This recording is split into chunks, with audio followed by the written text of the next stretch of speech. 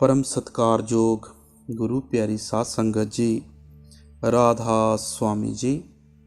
आज की वाणी चौथी पातशाही श्री गुरु रामदास जी महाराज की वाणी है और इस शब्द में आप बहुत अच्छी तरह से नाम की महिमा करते हैं। आज का सत्संग बड़ा ही रूहानियत से भरा है और सत्संग के वचन हैं, नाम मिले मन तृप्तिये बिन नामे त्रिग जीवास, कोई गुरमुख सज्जन जे मिले मैं दसे प्रभ गुणतास।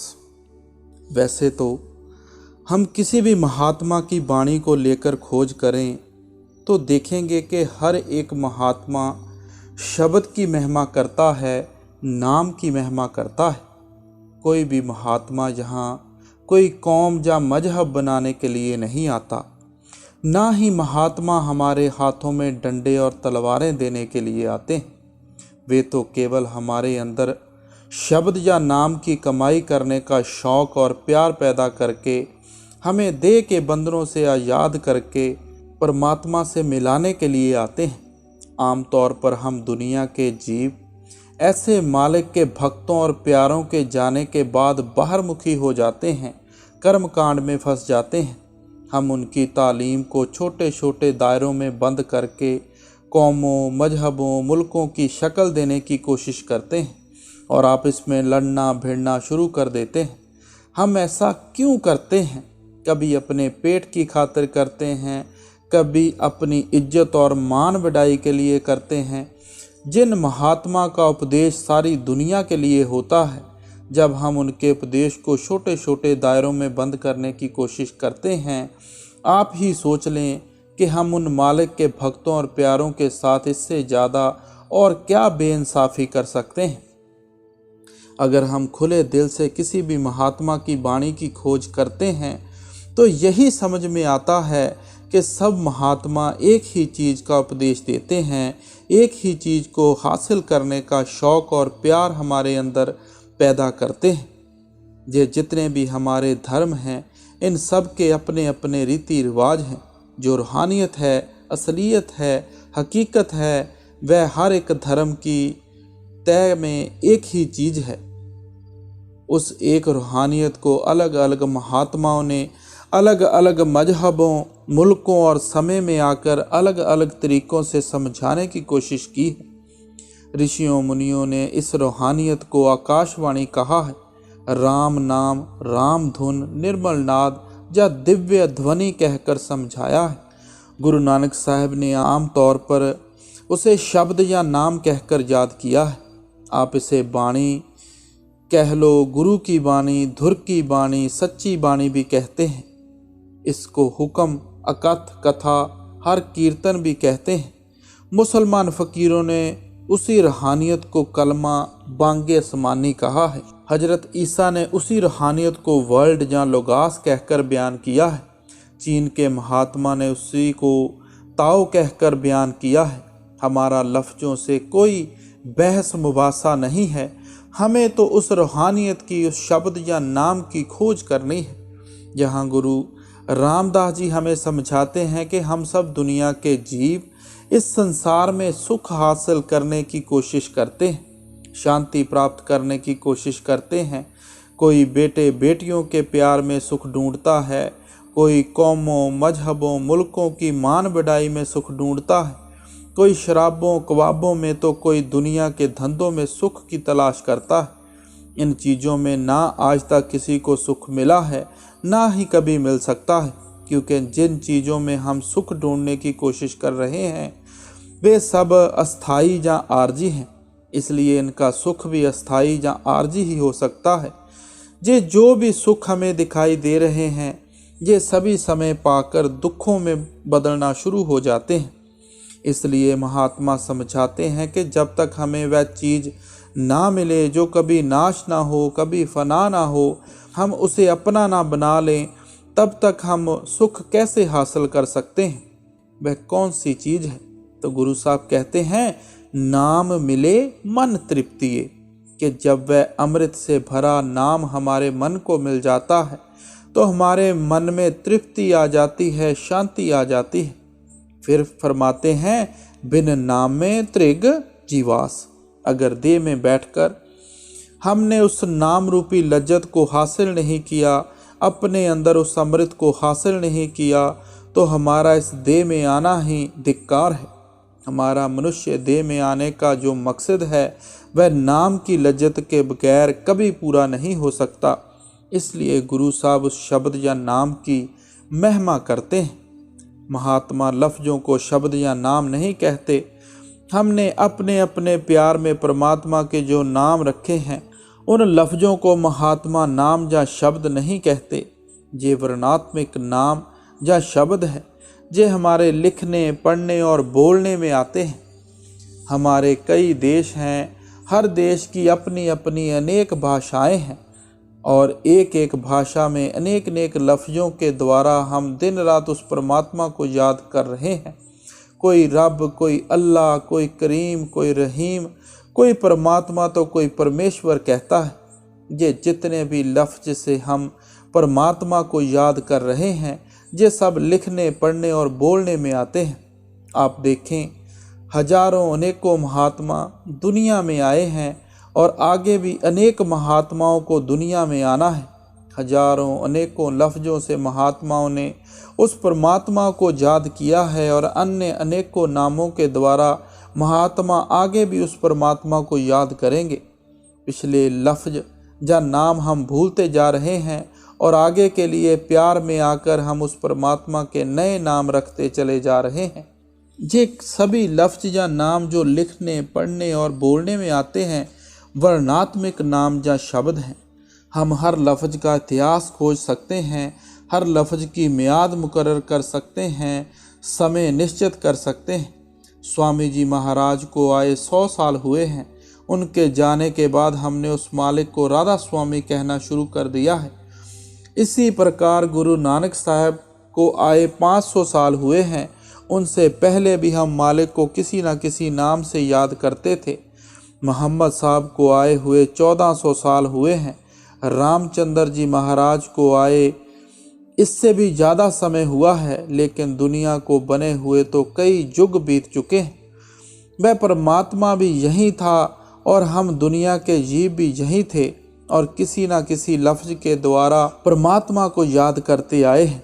ये परमात्मा के जितने भी नाम हैं जो लिखने, पढ़ने या बोलने में आते हैं, महात्मा इन्हें वर्णात्मक नाम कहते हैं। हम इनका इतिहास खोज सकते हैं, लेकिन हर एक महात्मा उस सच्चे शब्द की महिमा करता है, उस सच्चे नाम की महिमा करता है जो ना कभी आँखों से देखा जा सकता है, ना कभी जुबान से बोला जा सकता है, ना कानों से सुना जा सकता है। हजरत ईसा समझाते हैं, आँखें होने के बावजूद तुम उसे देख नहीं सकते, कान होते हुए भी तुम उसे सुन नहीं सकते। हजूर महाराज जी, बाबा सावन सिंह जी उसे अनलिखा कानून और अनबोली भाषा कहकर बयान करते थे। वह सच्चा नाम या शब्द ऐसा कुदरती कानून है जो कभी लिखने, पढ़ने या बोलने में नहीं आता। गुरु अंगद देव जी समझाते हैं, अखीं बाजों वेखना बिन कन्ना सुनना, पैरां बाजों चलना बिन हत्थां करना, जीबे बाजों बोलना यूं जीवत मरना, नानक हुक्म पछाण के तो खस्मे मिलना। तुम उस शब्द या नाम को पकड़कर अपने खसम यानी परमात्मा से मिल सकते हो, जिसे ना किसी की आँखें देखती हैं, ना किसी के कान सुनते हैं, ना जुबान बयान कर सकती है, जहाँ ना किसी के हाथ पैर लेकर पहुँचते हैं, और जिस चीज़ को हम जीते जी मरकर ही हासिल कर सकते हैं। जीते जी मरने से मतलब यह है कि जिस चीज़ को हम 9 द्वारों से ख्याल को निकाल कर आँखों के पीछे इकट्ठा करके ही हासिल कर सकते हैं। सभी महात्मा उस शब्द या नाम की महिमा करते हैं। ये जितने भी हमारे लफ्ज़ हैं, ये हमारे साधन हैं। वह शब्द या नाम हमारा निशाना या मंजिल है। हमें लफ्ज़ों के साथ प्यार करके कभी कौमों, मजहबों, मुल्कों के झगड़े खड़े नहीं करने चाहिए। हमें तो इन लफ्ज़ों के जरिए उस सच्चे शब्द की, उस सच्चे नाम की खोज करनी है। उस शब्द ने दुनिया की रचना पैदा की है, उसके आधार पर हमारे खंड ब्रह्मांड खड़े हैं। गुरु नानक साहब फरमाते हैं, शब्दे धरती शब्दे आकाश शब्दे शब्द हुआ परगास, सारी सृष्टि शब्द के पाशे, नानक शब्द घटे घट आशे। कि उस शब्द ने धरती पैदा की है, सूर्य चंद्रमा पैदा किए हैं, उस शब्द ने सारी दुनिया की रचना की है। वह शब्द दिन रात सबके अंदर धुनकारें दे रहा है।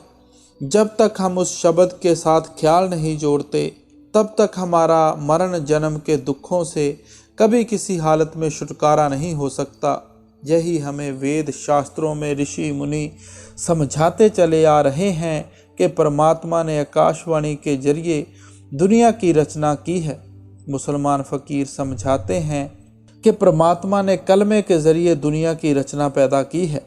ईसा मसीह बाइबल में फरमाते हैं कि उस परमात्मा ने वर्ल्ड के द्वारा दुनिया की रचना की है। किसी ने वर्ल्ड कह दिया, किसी ने कलमा और किसी ने कुन कह दिया, किसी ने शब्द या नाम कह दिया, किसी ने आकाशवाणी कह दिया।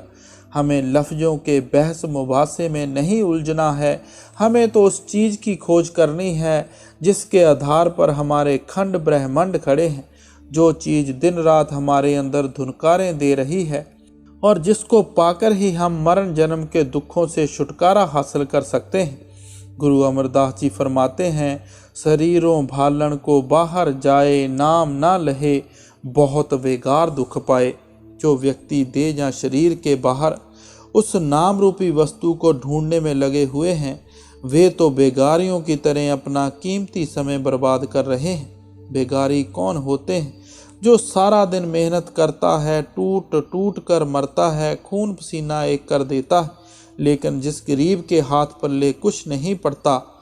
अगर कोई चीज़ हमारे घर के अंदर है तो घर के अंदर जाकर उसकी खोज करेंगे, तभी हम उस चीज़ को पा सकेंगे। अगर हम बाहर सड़कों पर जाकर या बाज़ारों गलियों में खोज करेंगे तो हम उस वस्तु को किस प्रकार हासिल कर सकेंगे। गुरु रामदास जी फरमाते हैं, घर रतन लाल बहु माणक लादे, मन भ्रमया लह ना सकाइए। कि हमारे घर यानी शरीर के अंदर मालिक ने अनगिनत वस्तुएं रखी हुई हैं, लेकिन हम बाहरमुखी हुए बैठे हैं। हमारा मन इन भ्रमों और कर्म कांडों में से निकलता ही नहीं। जब तक शरीर के अंदर जाकर खोज नहीं करेंगे, तब तक हम उन वस्तुओं को प्राप्त कैसे कर सकते हैं। जो कुछ हमें मिलेगा अपने शरीर के अंदर ही मिलेगा, देह के अंदर ही मिलेगा। गुरु अमरदास जी फरमाते हैं, गुरमुख होए सो काया खोजे, होर सब परम पुलाई। कि जो गुरमुख लोग हैं, मालिक के भक्त और प्यारे हैं, वे हमेशा शरीर या देह के अंदर जाकर उस परमात्मा की खोज करते हैं। बाकी सब दुनिया के जीव भ्रमों में फंसकर यहीं भूले फिरते हैं। हमारा रूहानी सफ़र पैरों के तलवों से लेकर सिर की चोटी तक है। इस सफ़र की दो मंजिलें हैं, एक आँखों तक, दूसरी आँखों से ऊपर। हमारे शरीर में जो आत्मा और मन का केंद्र जहाँ बैठक है, वह आँखों के पीछे है, जिसे कोई तीसरा तिल, कोई शिव नेत्र, कोई दिव्य चक्षु, कोई घरदर, कोई मुक्ति का दरवाज़ा कहकर याद करता है। गुरु रामदास जी फरमाते हैं, मन खिन खिन भरम भरम बहु धावे, तिल घर नहीं वासा पाइए। कि हमारा मन आँखों के पीछे तीसरे तिल से उतरकर मिनट मिनट सेकंड सेकंड बाहर इन भ्रमों की ओर भागने की कोशिश करता है। यह क्षण मात्र के लिए भी आँखों के पीछे नहीं टिकता। जब तक यह आँखों के पीछे नहीं टिकता, हमारा मन ब्रह्मा त्रिकुटी अपने ठिकाने पर किस तरह पहुंच सकता है। ये कौन से भ्रमों के पीछे भागता है। ये जो कुछ भी हम आँखों के द्वारा दुनिया में देख रहे हैं, इसको महात्माओं ने भ्रम कहकर बयान किया है, क्योंकि इसे नाश और फनाह हो जाना है। हम इसे असल समझकर दिन रात अपना बनाने की कोशिश करते हैं। महात्मा समझाते हैं कि ये दुनिया के पदार्थ और शक्लें ना तो कभी किसी की हुई हैं, ना ही कभी हो सकेंगी। हम अपने ख्याल को आँखों से नीचे उतारकर बाहर भ्रमों में फंसे हुए हैं। आप देखें कि अगर आप कोई बात भूल जाएं और याद करना चाहें, तो आपका हाथ अपने आप ही आँखों के ऊपर मस्तक पर पहुँच जाता है। कभी किसी भूली हुई चीज़ को याद करने के लिए हम पैरों या बाहों पर हाथ नहीं मारते। शिव नेत्र या तीसरे तिल का हमारी सोच विचार के साथ बड़ा गहरा संबंध है। हर एक का ख्याल आँखों के पीछे से उतरकर शरीर के 9 दरवाज़ों के जरिए सारी दुनिया में फैला हुआ है।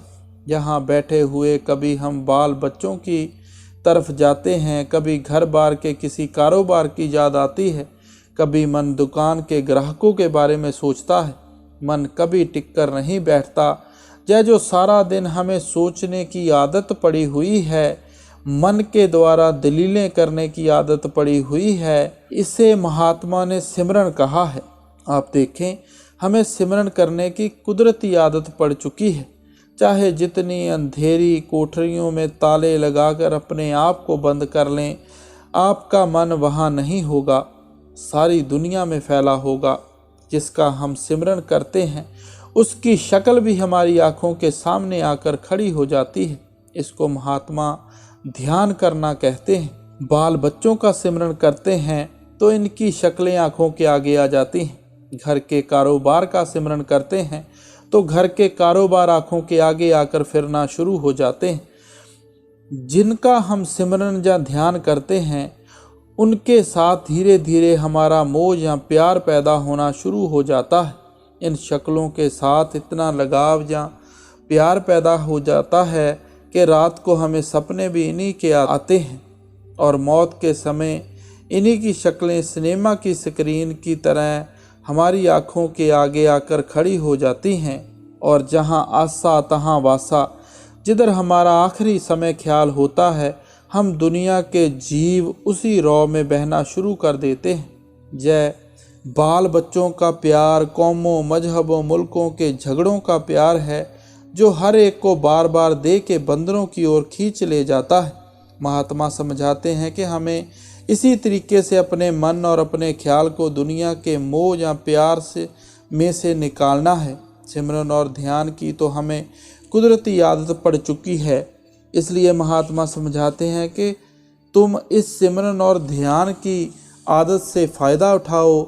अभी हम किसका सिमरन और ध्यान करते हैं? जिन चीज़ों ने नाश और फना हो जाना है। महात्मा कहते हैं कि उस चीज़ का सिमरन करो जो नाश नहीं होगी, कभी फना नहीं होगी।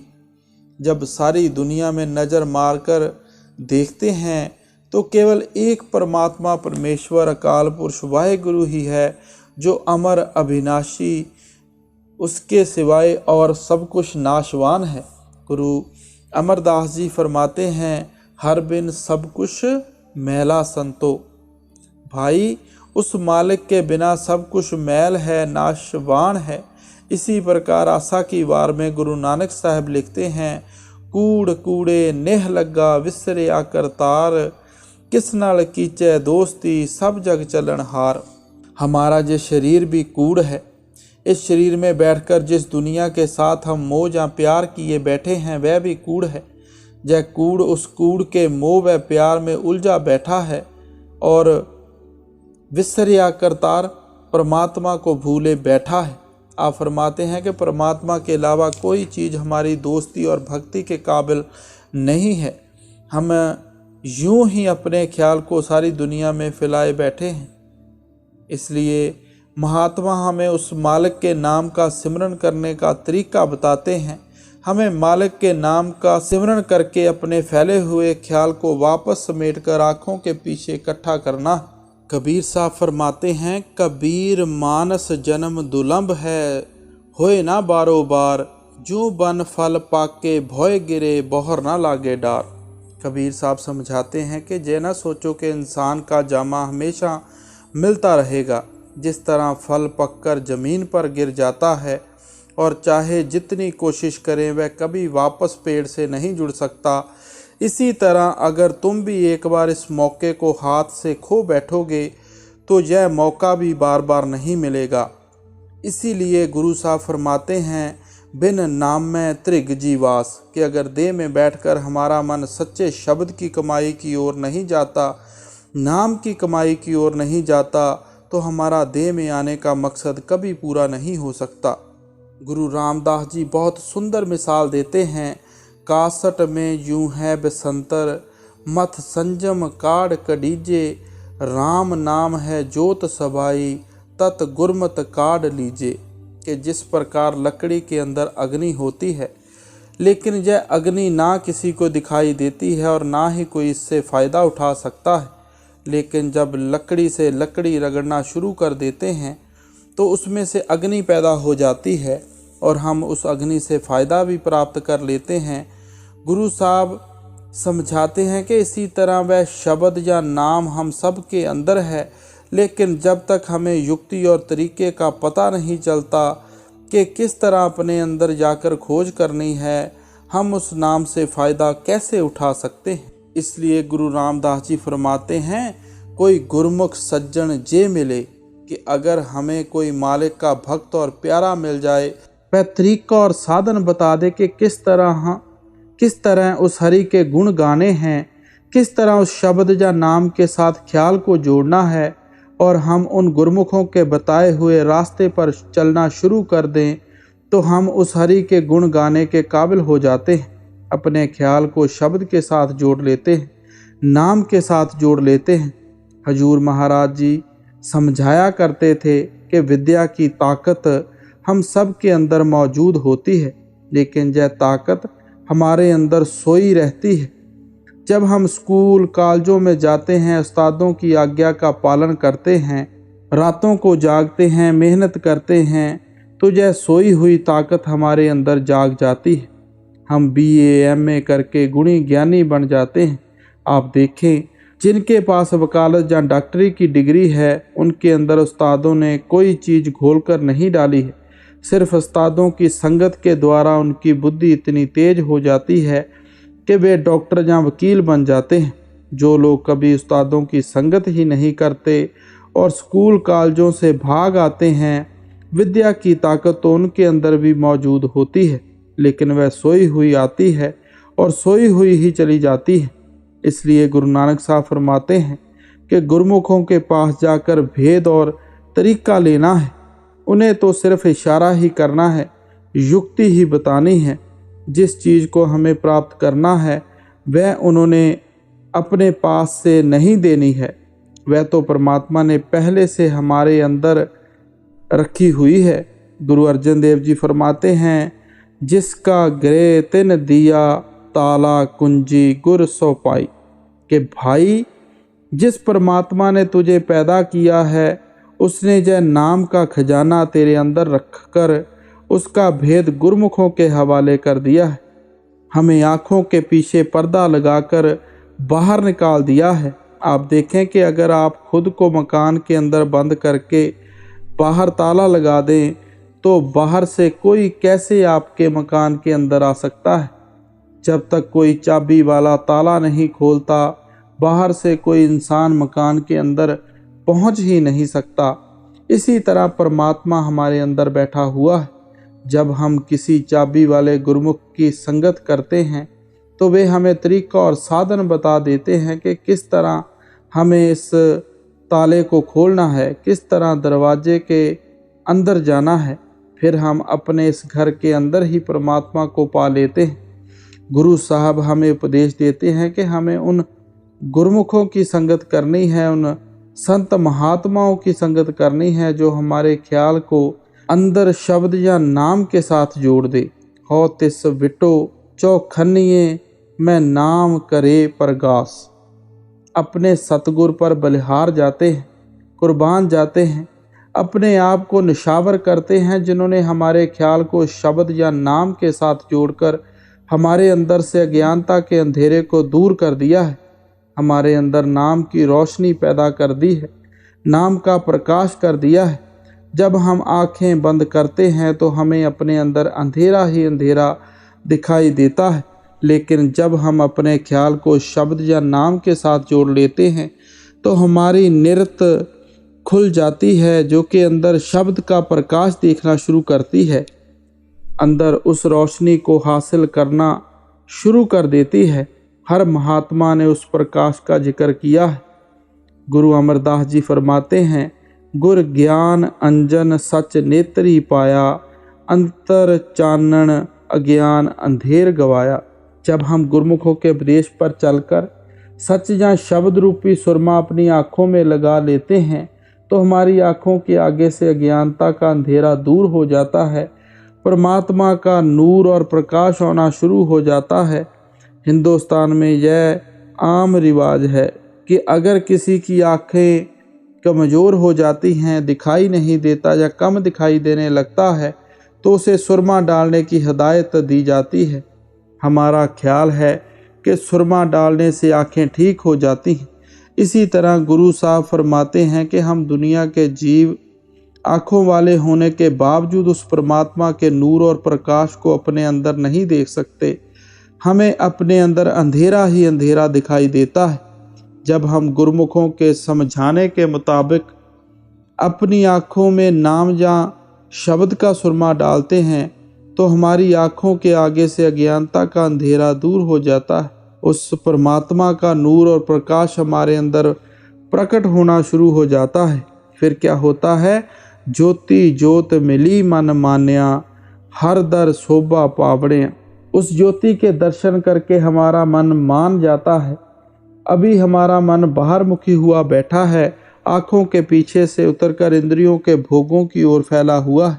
जब यह मान जाता है तो आँखों के पीछे आकर अपने घर की तरफ जाना शुरू कर देता है। मेरे प्रीतमा हो जीवा नाम ते आए, बिन नामे जीवना ना थिए, मेरे सतगुरु नाम दृढ़ाए।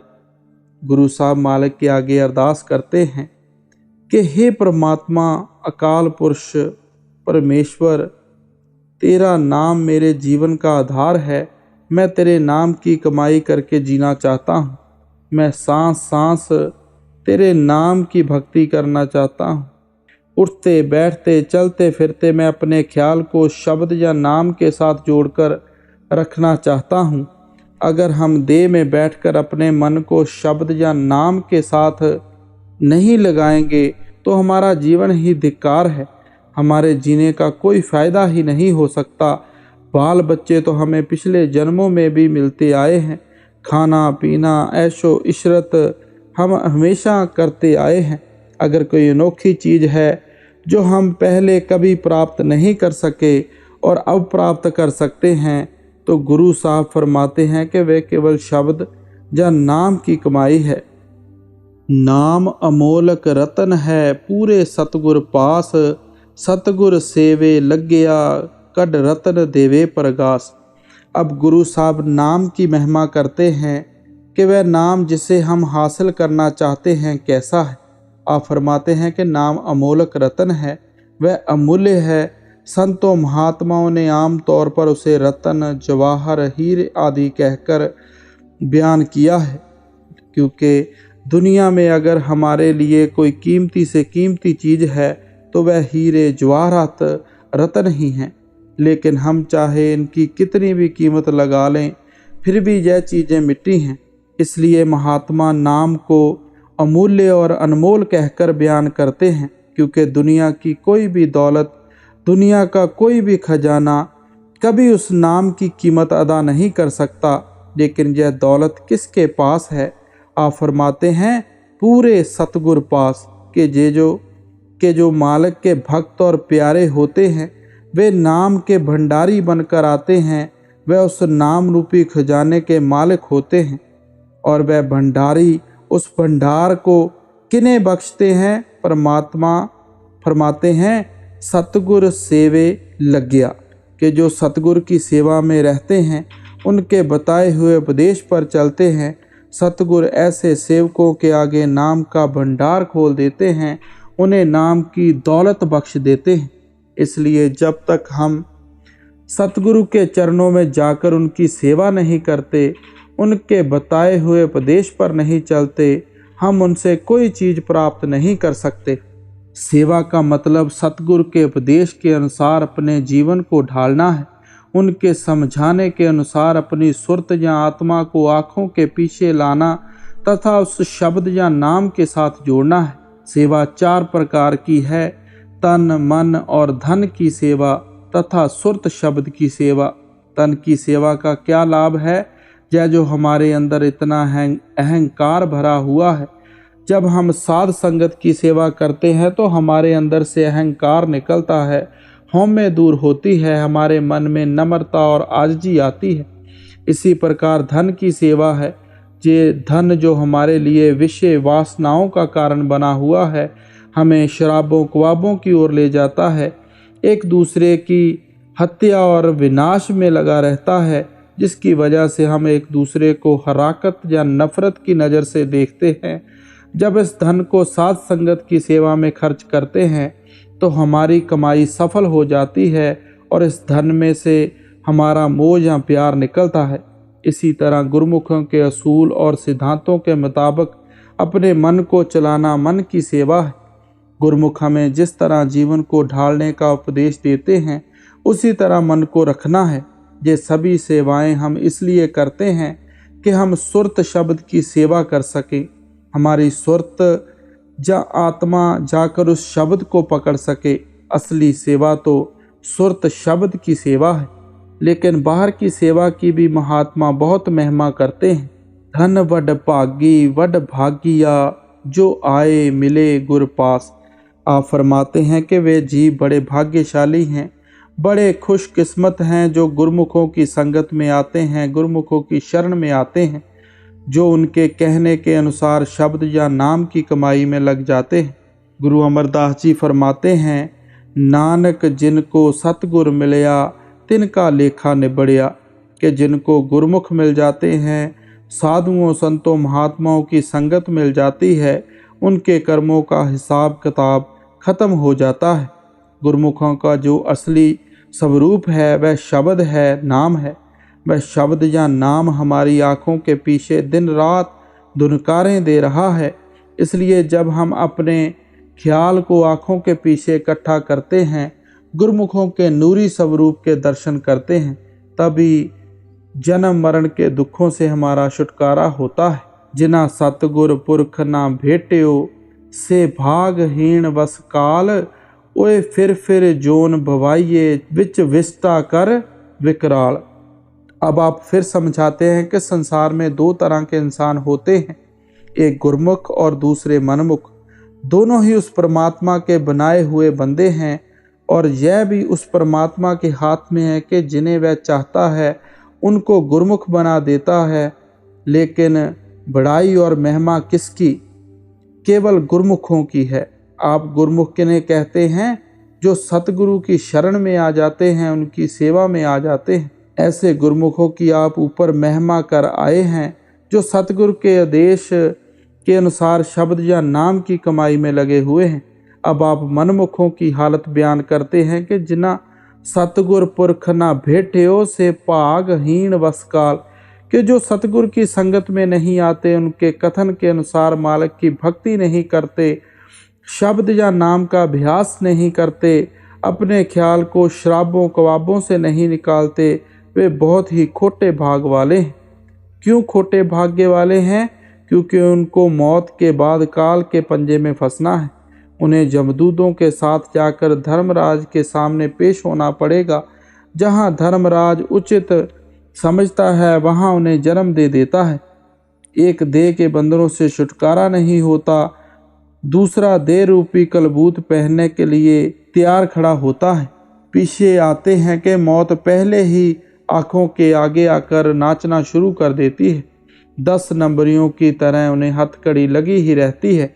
इसलिए आप फरमाते हैं कि मनमुख लोग बहुत खोटे भाग्य वाले हैं कि उन्होंने इंसान का जामा भी प्राप्त किया। 84 लाख जूनियों के दुखों के बाद उन्हें यह मौका भी मिला, लेकिन वे अपने कीमती समय को शराबों कबाबों विषय विकारों और इंद्रियों के भोगों में नष्ट करके इस दुनिया से चले गए। ऊना पास दुआस ना भेटिए, जिन अंतर क्रोध चंडाल। अब आप फरमाते हैं कि जिनका हृदय क्रोध रूपी चंडाल से भरा हुआ है, उनकी संगत ही नहीं करनी चाहिए। मनमुखों की संगत में नहीं जाना चाहिए, ताकि उन्हें देखकर कहीं हमारे अंदर भी वैसे ख्याल ना पैदा हो जाएं, कहीं हम भी उनकी तरह ही इन शराबों, ख्वाबों, विषय वकारों आदि की लहरों में बहना ना शुरू कर दें, क्योंकि हमारा मन संगत और सोहबत का असर बहुत जल्दी लेता है। आप मालिक के भक्तों और प्यारों की संगत करें, आपके अंदर भी अपने आप मालिक की भक्ति का शौक और प्यार पैदा हो जाएगा। इसी प्रकार अगर चोरों की संगत करेंगे तो चोरी करने की आदत पैदा हो जाएगी। कितना ही परहेज क्यों ना करें, 10 दिन अगर शराब पीने वालों के पास बैठोगे तो वैसे ही ख्याल हमारे मन में भी आने शुरू हो जाएंगे। हमारे मन को तो ठोकर लगती रहे, कोई समझाता रहे, तब कहीं जाकर हमारा ख्याल थोड़ा बहुत परमात्मा की भक्ति की ओर जाता है। सतगुर पुरख अमृतसर वड भागी नावो आए, उन जन्म जन्म की मैल उतरे निर्मल नाम दृढ़ाए। अब आप फरमाते हैं कि किन की संगत करनी चाहिए।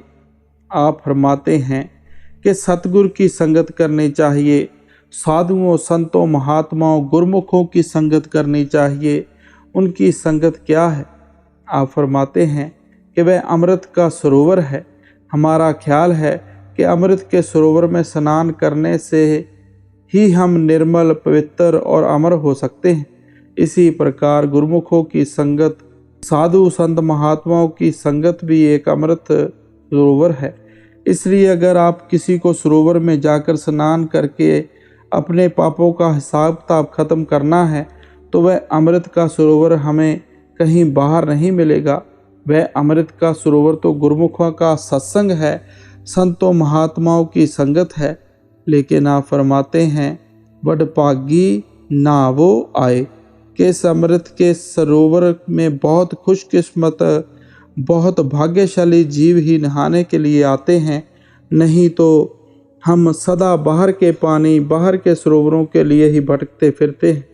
जिस सरोवर का महात्मा जिक्र करते हैं वह सरोवर तो हमारे हर एक के अंदर है। गुरु अमरदास जी फरमाते हैं, काया अंदर अमृतसर साचा, के भाई वह सच्चा अमृतसर तो तेरे शरीर, तेरी देह के अंदर है। हम बाहर के सरोवरों और तीर्थों का भी आदर करते हैं। इन स्थानों पर बैठकर गुरु साहब ने, संतों महात्माओं ने शब्द या नाम का प्रचार किया है। हमारे ख्याल को हर तरह के भ्रमों और संकल्पों से निकालने की कोशिश की है। इसलिए ये स्थान भी हमें प्यारे लगते हैं, क्योंकि लेकिन जिस सरोवर में स्नान करके हमें मुक्ति प्राप्त करनी है वह बाहर का पानी कभी नहीं हो सकता। बाहर का पानी कितना ही निर्मल और पवित्र क्यों ना हो, वह हमारे शरीर की मैल उतार सकता है। लेकिन ये जो पापों की मैल है, गुरु साहब फरमाते हैं, धोपे नावे के रंग, जन नानक उत्तम पद पाया, सतगुर की लिव लाए। अब आप फरमाते हैं कि जिन्होंने सारी दुनिया में से प्यार या मोह को निकाल कर एक सतगुर के साथ मोह या प्यार किया है, सतगुर के साथ लिव लगा ली है, उनको ही उत्तम पद प्राप्त हुआ है। कौन सा उत्तम पद प्राप्त होता है? ऊपर समझा चुके हैं कि उनको संचित कर्मों का, सभी कर्मों का लेखा खत्म हो जाता है।